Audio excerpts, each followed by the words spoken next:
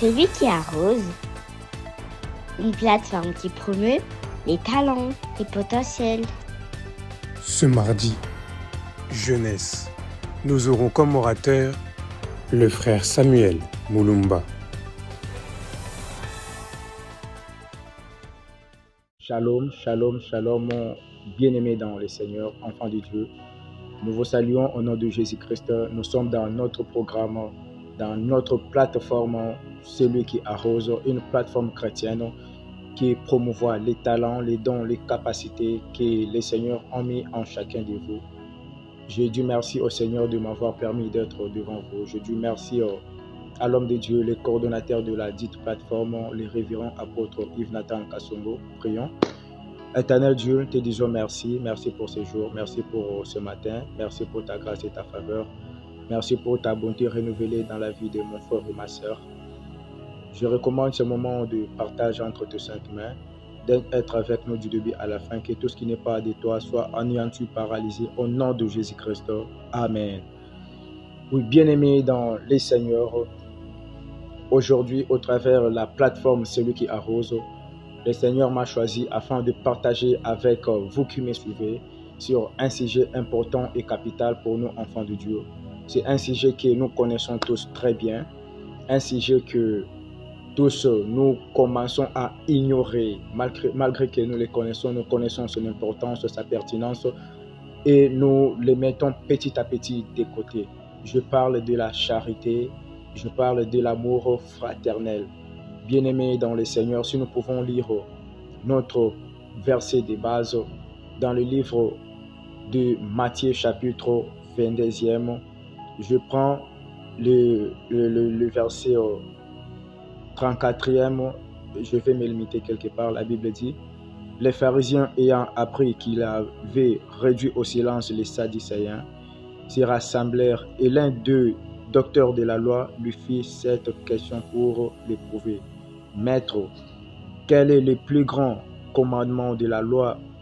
Jésus lui répondit: tu aimeras le Seigneur ton Dieu de tout ton cœur, de toute ton âme et de toute ta pensée. C'est le premier et le plus grand commandement. Et voici le second qui lui est semblable. Tu aimeras ton prochain comme toi-même. Bien-aimé dans le Seigneur, il s'agit du premier, du grand commandement de la loi, que les Sadducéens voulaient savoir, les pharisiens voulaient savoir. Et le Seigneur, je vous épargne de tous les détails précédents, parce que le temps nous est très réparti, nous avons peu de temps. Nous ne devons pas vous prendre beaucoup de temps. C'est pourquoi je commencer à partir de ça pour synthétiser, synchroniser les messages que j'ai pour toi. Et les Sadducéens voulaient savoir quel était le plus grand commandement de la loi. Jésus n'est pas allé par 4 chemins. Il leur a dit tout simplement: tu aimeras l'Éternel ton Dieu de tout ton cœur, de toute ton âme et de toute ta pensée. C'était ça le plus grand commandement de la Bible, de la loi. Et à part ça, il y avait le second commandement qui lui est semblable. Tu aimeras ton prochain comme toi-même. Bien-aimé dans le Seigneur, aujourd'hui l'Éternel est venu au travers de ces messages. Aujourd'hui l'Éternel est venu vers toi au travers du programme de celui qui arrose pour te dire que tu dois avoir avec toi la charité. Tu dois avoir avec toi l'amour fraternel. Certainement, nous sommes dans un monde où l'injustice est en train de régner. Certainement, nous sommes dans un monde où on ne sait pas à qui se fier, où la confusion est totale, où les amis d'hier deviennent ennemis d'aujourd'hui. Mais face à tout cela, le Seigneur te dit d'avoir avec toi l'amour, de pratiquer toujours l'amour. C'est le plus grand commandement de la Bible, le plus grand commandement de la loi. Nous sommes enfants de Dieu. N'oublions pas ce que nous sommes. La Bible nous dit car Dieu a tant aimé le monde. Nous voyons l'amour de Dieu. Dieu est surnaturel. Malgré tout ce qui s'est passé, malgré la rébellion de l'homme dans les jardins d'Éden, malgré la rébellion de cet homme Lucifer au ciel, Dieu n'a jamais cessé d'aimer. Dieu n'a pas haï le monde, n'a pas haï l'humanité à cause de leur péché, mais à cause de son amour. Dieu est descendu, Dieu a envoyé son Fils unique. Et nous voyons même Jésus, quand il est venu sur terre, Jésus a marché dans l'amour. Jésus a marché avec l'amour. Tous les miracles que Jésus était en train de faire, il les faisait à cause de l'amour, à cause de la charité. Il y a même certains versets de la Bible, on nous dit certains miracles que Jésus a fait, on dit Jésus eut compassion de lui. On a compassion quand on a cet amour. On a compassion quand on a cette charité. On a compassion quand on se soucie des autres. Bien-aimé dans le Seigneur, c'est ce que le Seigneur vient te demander par ces programmes de celui qui arrose. Si nous parcourons le livre de Corinthiens, 1 Corinthiens, et le Seigneur nous dit aussi quelque chose de très très important là. 1 Corinthiens chapitre 13e, la Bible nous dit « Quand je parlerai les langues des hommes et des anges, si je n'ai pas la charité, je suis un airain qui résonne ou une cymbale qui retentit. Et quand j'aurai les dons de prophétie, la science de tous les mystères et toute la connaissance, quand j'aurai même toute la foi jusqu'à transporter des montagnes, si je n'ai pas la charité, je ne suis rien. » Bien-aimés dans le Seigneur, regardez ce que l'apôtre Paul dit au peuple de Corinthe. Nous savons ce que la prophétie fait. La prophétie, c'est un don très merveilleux, très excellent. Le même apôtre Paul qui a conseillé aux enfants de Dieu d'aspirer au don de la prophétie. Et aujourd'hui, l'apôtre Paul vient pour le dire, je peux avoir les dons de la prophétie, mais si en moi il n'y a pas l'amour, je ne suis tellement rien. Bien-aimés dans le Seigneur, par là nous devons comprendre l'importance et l'utilité de l'amour.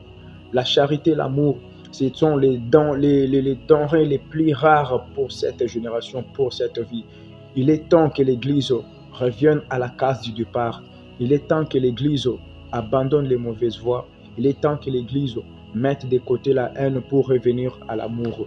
Certainement, le Seigneur nous avait déjà prévenu qu'au temps de la fin, la charité du plus grand nombre refroidira. C'est ce que nous sommes en train de voir. C'est ce que nous sommes en train de vivre. Aujourd'hui, la charité du plus grand nombre, même de chrétiens, est en train de refroidir. Aujourd'hui, cet amour-là, ces soucis-là des autres n'est plus. Il y a des évangélistes qui ne veulent pas évangéliser. Pourquoi? Parce qu'ils n'ont pas souci des âmes qui se perdent. Parce qu'ils ne veulent pas que ceux-là qui sont dans le mal puissent sortir du mal et revenir au Seigneur. Puissent aussi quitter les ténèbres pour revenir à la lumière. Vous savez, la Bible nous dit que vous êtes la lumière du monde et le sel de la terre. En tant que lumière, nous devons éclairer le monde. En tant que sel, nous devons donner le goût au monde. Comment nous devons éclairer le monde? Comment nous devons donner le goût au monde? À cause ou par notre charité. C'est ta charité qui fera que le monde voie en toi la lumière. C'est ta charité qui fera que le monde par toi retrouve sa saveur, retrouve le goût qu'il a besoin. Bien-aimés dans le Seigneur, certainement ces derniers temps, nous sommes dans un temps où la confiance est bafouée. Nous sommes en un temps où la charité est en train d'être refroidie.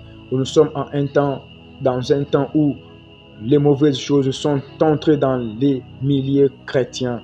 Aujourd'hui, le poison est entré dans l'église. Nous voyons les hommes de Dieu, les pasteurs, en train de s'empoisonner.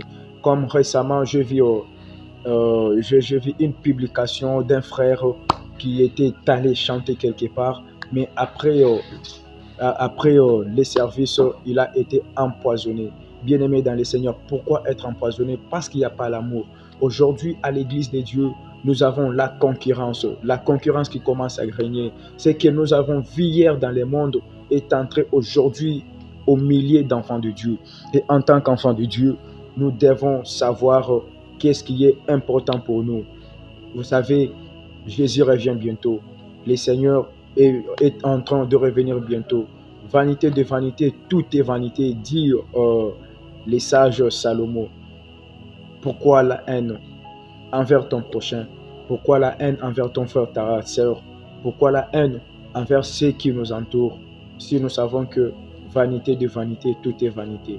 Il est temps que l'on revienne à la case du départ. Si aux temps anciens, on a appelé les apôtres que Jésus avait laissé chrétiens à Antioche dans les actes des apôtres, c'est parce que les gens là ont trouvé quelque chose qui était en Jésus.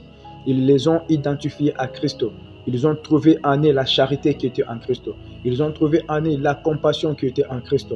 Ils ont trouvé en eux l'amour, la fraternelle qui était en Christ. C'est pourquoi ils étaient appelés chrétiens pour la première fois à Antioche.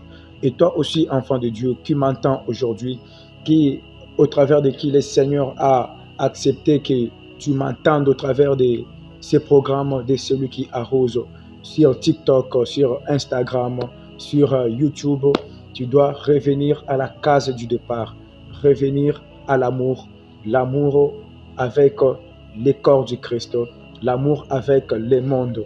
Même les païens qui sont dans le monde, qui n'ont pas encore connu Dieu, comment ils connaîtront Dieu si nous ne les montrons pas notre amour? Comment ils connaîtront Dieu si nous ne les nous qui connaissons Dieu, nous qui avons donné nos vies à Christ, nous ne les aimons pas?